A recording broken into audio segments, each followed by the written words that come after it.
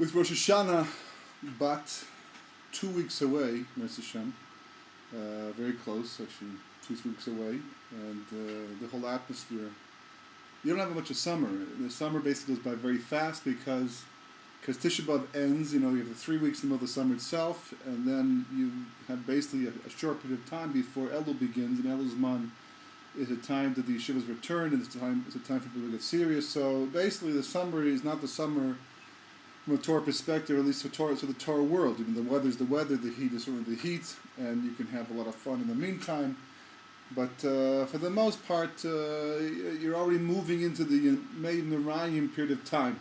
And the Parashas certainly match that and have a lot to say about preparing for the most important day of the year, the Day of Judgment. It's the birthday of Adam Arishon.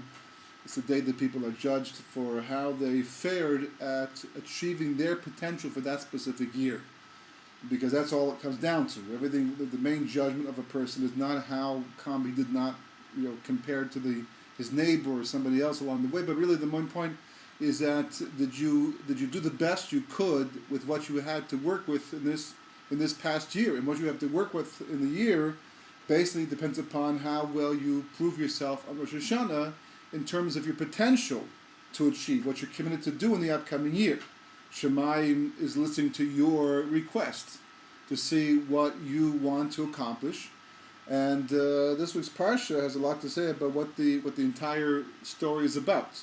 The parsha begins by saying Ki Saitzai l'milchama oyevecha and to know Hashem lokecha b'yadecha v'shavisa shivyo. Right, so a person goes out to war and they fight against their enemy, and the Kodesh Baruch Hu gives over the enemy to the person himself, to the people, and they take captives, and it goes into the whole idea of the Yifas To'ar, and the halacha, what happens if a person becomes attracted to a Gentile woman in the process, a very unusual situation, circumstance, and eventually, as Rashi points out, as Torah points out, it moves from here talking about the halachas, how to properly bring her into the Jewish fold, if that's what has to happen in the end, and the results of doing so. Eventually, as it talks about a wife, man has two wives, one who is a huva, one is snua, one is loved and one is hated, and Rashi points out that the result of following one's desires, pursuing that which one wants, not for spiritual reasons, but for physical, material reasons, because a person has lost control of his seichel, so to speak, at a time of temptation. Eventually, that which even if he attains it, he gets it, it's going to become snua. It's going to become hated in the process, because having been made B'Tselem Elokim, even the lowest individual in the totem pole, so to speak, who has not a chance to achieve great spiritual heights, still has a spark of godliness, of Elokis inside of them. Person, as a result of that, has expectations on some level of himself, and if a person does not live up to those spiritual expectations, they become disappointed with themselves. And eventually what happens when we don't like what we've accomplished, then those things which remind us of our downfalls we learn to hate. We become hateful of those things. Or likewise as women, this Yefas Torah, this attractive woman who we took as a captive during war, she becomes spiritual weakness. And that's just a symbol of anything in life that we fall for. Whether it's talking about an actual or a male, for that matter, anything in life that we go head over heels for without any spiritual or moral justification for it, eventually becomes a source of our own self-disappointment, and because it will be a reminder of that which we were not able to achieve on a spiritual level, and we won't like it anymore, that's for sure. And eventually what happens, the results have been so more, the totza'ah, that which comes out of because everything is mishamayim. We have a concept of mimur tachbolus, as the Rizal brings down in Shar Gilgulim, that no matter what happens historically, for good or for bad, Hashem is always using it somehow to feed into the whole redemption process, and it will always have a good totzah, but not necessarily about. She creates the negative situation, it will backfire on him, even though it's b'sheret, even if it's b'sheret. But as the Torah is pointing out, one of the most important points of this week's parsha is a theme that runs through the basis of the entire Torah, of life in this world, Kabbalah, big, because this is what history is all about, life is all about, this idea of Sovim Mosavi, that the cause and effect relationship.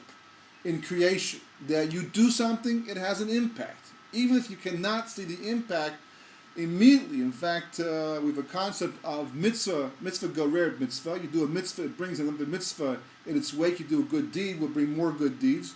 Likewise, avera gorer avera.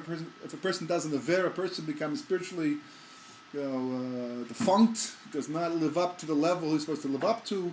It will just result in more averas in the end. And the most incredible thing, and perhaps frightening thing at the same time, is that not necessarily in one lifetime. It can happen over the course of many gilgul. It can happen from one lifetime to another lifetime. So a person can suffer in their next lifetime, not even understanding what it is in their life presently that they've done to warrant this negative effect or positive effect. And the truth is they didn't. It happened to have been in their previous lifetime. So the same story of Kamsa Bar Kams, we saw the Gemara Gittin by Tisha B'Av, the story of how the base of Mikdash was destroyed because somebody threw somebody out at a party, simcha, didn't like the person, threw him out, and that had a cause and effect relationship that eventually resulted in the destruction of the base of Mikdash and the exile of the Jewish people. And this is also true of last week's Parashas as well.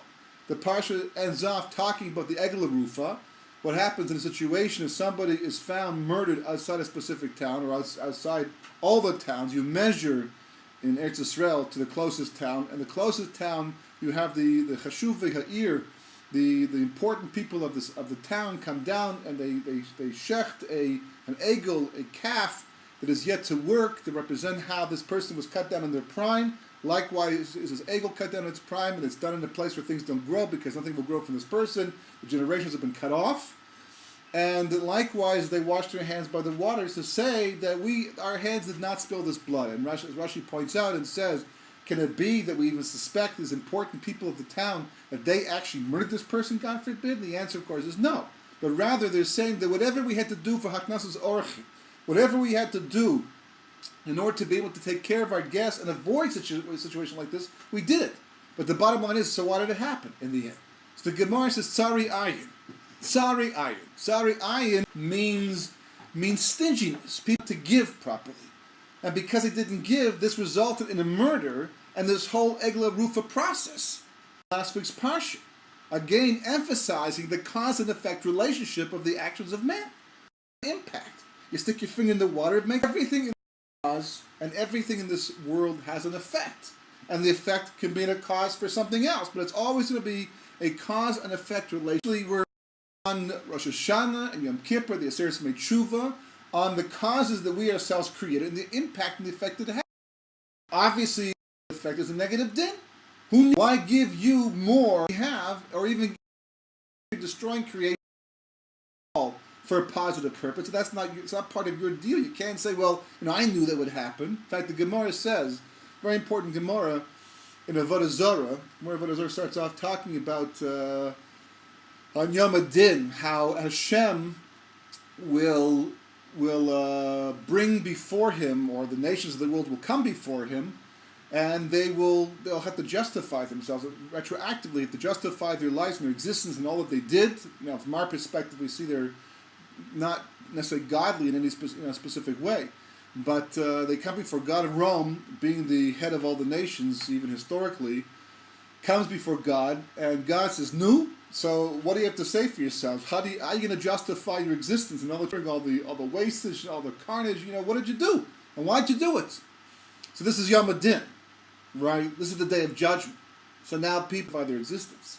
So they come before God and say, yeah, we built marketplaces, and we did all this fantastic logical advancement. And why did we do it? We did it for the sake of the Jewish people, of course. We know that you made the world for them and their Torah. So we were contributing by doing all this for them. And Hashem answers back and he says, Shaitan ba'olam.